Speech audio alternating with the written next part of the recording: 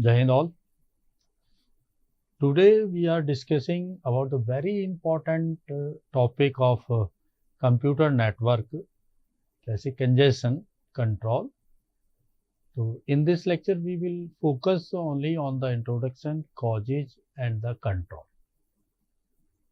The first thing what we understand about the net congestion control. Congestion control means just like in real time example, you can understand that there is a traffic, there is one road and in which traffic are merging from different direction, and at one of time we feel the jam, traffic jam. If the traffic is more the capacity of the road, this same time it happen on the computer network. When the so many nodes try to send the data to the single bandwidth. If the bandwidth size, the data is more than the bandwidth size, bandwidth capacity of the bandwidth, then we feel the congestion. So first, now particularly we will focus on this, how this congestion occur and how we can do the control about this. There is a two thing. First thing is that we make the do the management in this way to we prevent the congestion. Second point, we can think of if there is a congestion, how to remove this congestion. This is the gist of this lecture. You can these are the points which are going to be studied in this lecture. General principle, congestion prevention and virtual circuit and data graph. You can understand this network congestion is an important issue that can arise the packet switched network. Network congestion is a situation in the computer in which the performance of the network is degraded due to the presence of the too many packets in the subnet. One by one we can understand that congestion is the network occur when the load on the network, that is the number of the packet sent to the network, is greater than the capacity of the network. This I give the example. The bandwidth of the channel and is the limited, or if we are sending, the computer are sending the data more than the capacity of the bandwidth, then you can say okay, this is the congestion, because the packet is not going to reach the receiver end. So earlier principle of the from this diagram we can understand that the ideal way of the thing is that this one means if packet sent and packet delivered, it should be a straight line. But in this case of the congestion, it will be packet is not going to be reach on the receiver end due to the congestion. Due to the traffic jam, due to the congestion, we are not, our packet are dropping out. So our packets are dropping out, it means network is not, receiver is not getting the packet. So what is the desirable? Desirable is some way we have to find out the way in between the extreme and the ideal cases. So due to the congestion, the performance is degraded rapidly. Okay. So the thing I show you using this diagram, the traffic increase too far, the router no longer be able to cope up the start, and the router is losing the packet, and further increased traffic, performance is degrading. More and more packet are lost due to congestion. A very high traffic, performance collapse completely and no packet are delivered. It means you can deeply understand this way. The reason is that this is the router, if you can see. It is the router, and in this router, you can say these are the line 1, line 2, line 3, and they are sending the packet and they require the output single line. In this case, all the 3 input line demanding the single outline. So definitely the input flow is much better and the output flow is less. So due to which there is a traffic congestion, and we can go deeply in this way. So you can find that there is a space in this memory in this case, and this memory, this data is stored in this. One by one data is stored in this, and this memory is attached to this way. And you can say, sir, we can increase the size of the memory.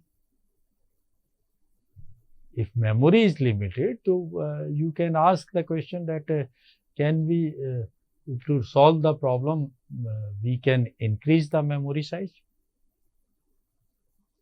No. You can understand, increasing the memory is not going to solve the problem, because if increasing the memory, so lines are sending the data in this memory, no doubt, they are storing in the buffer. But you know that there is a time to wait, this time limit, because every source is waiting for the acknowledgement and he has the time limit. So after that time limit expire, means he wait for 4 seconds, and it may be because there is a lot of the data in this memory, and his data, his packet is in the waiting area to send. But meantime, it is asking for the acknowledgement, and if acknowledgement is not received, then it will resend the packet. So it will repeatedly resending the packet. So then memory is full, and again this problem is live for congestion. This is because the time packet reach front of the queue, they have already timeout. Timeout means during which time it will asking for acknowledgement, but we are not able to receive the acknowledgement, and it will resend. Then again is the problem of congestion arises. That is the, you can say, cause of the network congestion. Kya hai? One thing, first of cause is that first is that our node, congestion in the subnet occur is the processor is slow. Slow speed CPU at router will perform routine tasks such as queuing buffer, updating table are slowly. It may be contributing the congestion. Congestion also be possible when 2 nodes are joined. In between that cable we are that media, where transmission media is speed is slow. The problem is solved when high speed area are used, but It is not always the case. Sometimes increasing in the link width can further deteriorate the congestion problem, as higher speed link may make the network more unbalanced. Congestion itself make the worst thing. Why? Because due to the congestion, sender not able to get the acknowledgement. So it will again and again sending the packet, resending the packet, and it will create the congestion problem. Then how we are able to cope up this type of the problem? There are the two problems.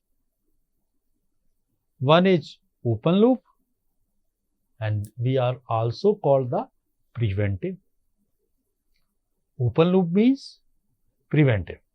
Preventive means we do the we make the policy in this way that there is we can avoid the congestion. Means before we can make the policy in this way, okay, congestion is not occur. We smartly manage the thing. So this is called open loop. And the closed loop means when the congestion already occurred, so it means this congestion already occurred. So how to remove, what corrective action what measure we have to be take so that we can remove this congestion and the packet can be reached to the receiver end. These are the terms: retransmission policy, window policy, acknowledgement policy, discarding policy, and admission policy. Now we can understand this policy one by one. Retransmission policy. First of all, understand what is the retransmission policy. Retransmission policy means, as you are aware of, that sender send the packet to the receiver end and it will wait for acknowledgement. Acknowledgement means it will wait that receiver send an acknowledgement that I have received your packet. Because, and if it may be possible that the packet is reached and acknowledgement signal is not reaching to the sender, so how much time it will wait? So that is why we have fixed up some time gap. And we understand that during this time, if we get the acknowledgement, then it's okay. Otherwise, we will find that our packet, we saw that our packet is not reached in the time. So we retransmit it. So how we retransmit policy make? So we manage smartly the retransmission policy. It is neither it is too small or nor too big. Means we can find out, sometimes it may be that our acknowledgement is stuck in some congestion for a while. So we can understand that there is some sort of congestion is there. We can design our retransmission policy in this way that we can incorporate some delay in this case, not much delay, some delay, so that we can avoid the congestion due to the resending of the packet. Second one is window policy. Window policy means sliding window policy. There are the two algorithms: go back and selective. Go back and selective. Go back means if we have 1, 2, 3, 4, 5 packet we have sent, and we received acknowledgement of the 1 and 2, also received the acknowledgement of the 5, but we have not received the acknowledgement of the 3 and 4. So, what the window and go back and do? It will resend the packet 3, 4 and 5. What? 3, 4 and 5. So, we are resending the 5 also. In this way, we are using the bandwidth. So, in this case, we try to avoid congestion. We do not use the go back and protocol. We use selective repeat. Selective repeat. In this case, I told you that if packet we receive the acknowledgement of the first, receive the acknowledgement of the 2, receive the acknowledgement, no, we do not receive the acknowledgement of 3 and 4, but receive the acknowledgement of the 5. So, we only retransmit the packet for 3 and 4 only, not 3, 4 and 5 as in go back and. So, that is the better idea to use selective repeat. Acknowledgement policy, we think of it. Why? Because data is sending from A to B. Packet 1, 2, 3, 4, 5 send it. And every packet we are receiving the acknowledgement. So, in the bandwidth area, they will consume the spaces. So, why we need send the each and every packet acknowledgement? Try to understand.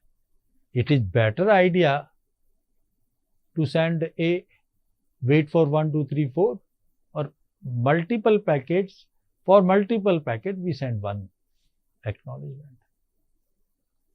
For multiple packet, we send single acknowledgement. In this way, we can better utilize of the bandwidth area. Discard policy. I told you earlier that router have the memory space, and if we have the algorithm, we have to try that. If we can drop the lower priority packet, we can discard the lower priority packet in case of the congestion, then we can find out the space for the higher priority packets.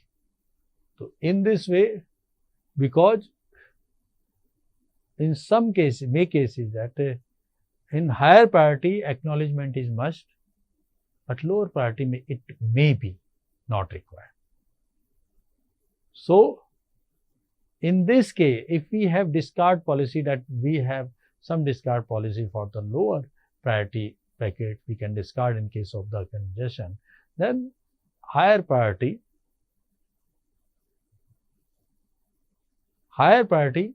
packet can be reached to the admission policy. Admission policy means this policy is for the connection oriented. Connection means before sending the data, in this case, before sending the data sender to receiver and different host, so we make a virtual path is created. A virtual path is created, that is this path which we follow from sending the packet from one end to the end. Now the router has the smart enough that he know that bandwidth is using by the system. So he is able to deny the new request for that virtual path. in this way, we can avoid the congestion. Now, we can use closed loop congestion control. As earlier I told you, closed loop congestion control means when the congestion occurs, how to tackle this problem, how to resolve this congestion. These are the way: back pressure, choke packet, implicit signaling, explicit signaling. Back pressure means you can understand that a source is sending the packet to 1, 2 and 3, and now the congestion occurred at the 3. So, congestion occur at 3, so then this node is not able to receive the packet. Now then inform the 2 that congestion is happening. Then 2 sometime after 2 also face the congestion, then it is also not receiving the packet. Then it form 1 that is congestion, and 1 is attached with the source. So now source came to know that the congestion is occur. So now some slow down the process or stop the sending. In this case, you can say that 3 is informed to the 2 and 2 informed is the 1 and 1 informed to the source, and because 1 is attached with the source. And other one is the choke packet. Earlier just I told you, on this case 3 is informed to the 2, 2 informed to the 1 and 1 informed to the source. Then now in choke packet cases, 3 is directly informing to the source. 3 is directly informing to the source.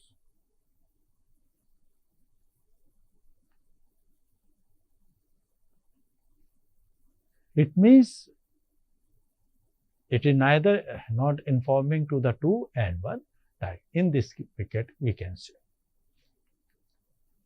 Then is third one is implicit signaling. There is no communication between the congestion node or the source node. Source, now important thing is that now in this case source is implicit signaling. Source is sensing itself that there is a congestion. Why? It is willing to receive some acknowledgement that data has reached to the receiver end, packet has reached to the receiver end. But after some time he finds the acknowledgement is not received. So it might think it may be different reason for not receiving the acknowledgement, but the source itself, no one is informing him. Source itself sense that there is a congestion. So the source itself send the message to itself that slow down the process. So now the source guesses there is a congestion somewhere in the network. It does not receive any acknowledgement. Therefore, delay in receiving the acknowledgement. And on sensing this congestion, source slow down. And the type of the congestion control policy is used in the TCP. This type of the congestion control policy is used in the TCP. and explicitly. This is somehow related to the chalk.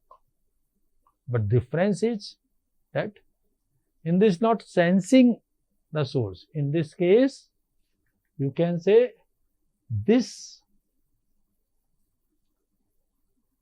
node, here is the congestion, it will inform the source that congestion occurred. But what is the difference between the chalk packet? The chalk packet also be send the information. Yeah, there is a difference. In case of the chalk packet, that one packet is sent,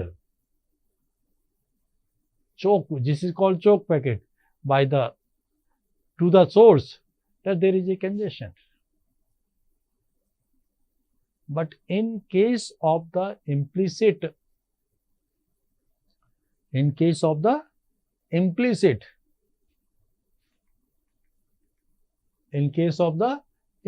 signaling, it will not send the extra packet. It will attach the information if some packet is going towards the 3 to 2, 2 to 1, 1 to source. So, it will impose the information on that packet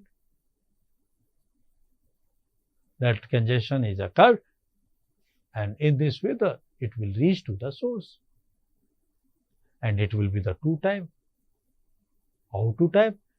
Backward or forward. Matlab, if source attach the information to the packet which are moving from 3 to 2, it is called backward.